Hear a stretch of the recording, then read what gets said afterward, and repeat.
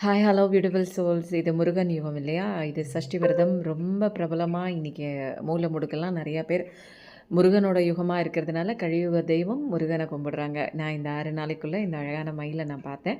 இன்னைக்கு சூரசம்ஹாரம், அதாவது சஷ்டியோட 6வது நாள்.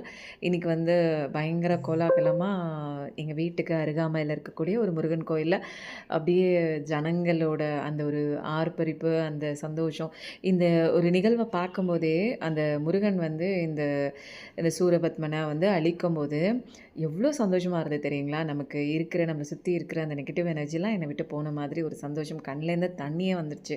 எவ்வளோ சின்ன ஒரு பாலமுருகன் எப்பேர்ப்பட்ட அசுரர்கள்லாம் அழிக்கிறாங்க. நம்மளோட பிரச்சனையெல்லாம் அவருக்கு ரொம்ப தூசிங்க. இப்போதைக்கு நீங்க பார்த்துட்டு இருக்கவங்க எந்த ஒரு சிச்சுவேஷன்ல கஷ்டப்பட்டுட்டு கண்ணீர் விட்டுட்டு நமக்கு யாருமே இல்லன்னு நெனச்சிட்டு இருந்தீங்கனாலும், கண்டிப்பா இந்த முருகன புடிச்சுக்கோங்க. ஓம் சரவண பவா அப்படின்னு சொல்லி கண்டிப்பா டைப் பண்ணுங்க.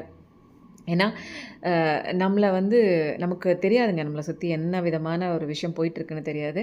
பட் கடவுளுக்கு தெரியும். எது நடந்தாலும் நீங்க தான் அப்படின்னு சொல்லிட்டு, "சரவண பவா" அப்படின்னு அடிக்கடி சொல்லிட்டே வாங்க. "ஓம் சரவண பவா" அப்படின்னு சொல்லி கண்டிப்பா டைப் பண்ணுங்க. Thank you so much. நல்லதே நெனைங்க, நல்லதே நடக்கும்.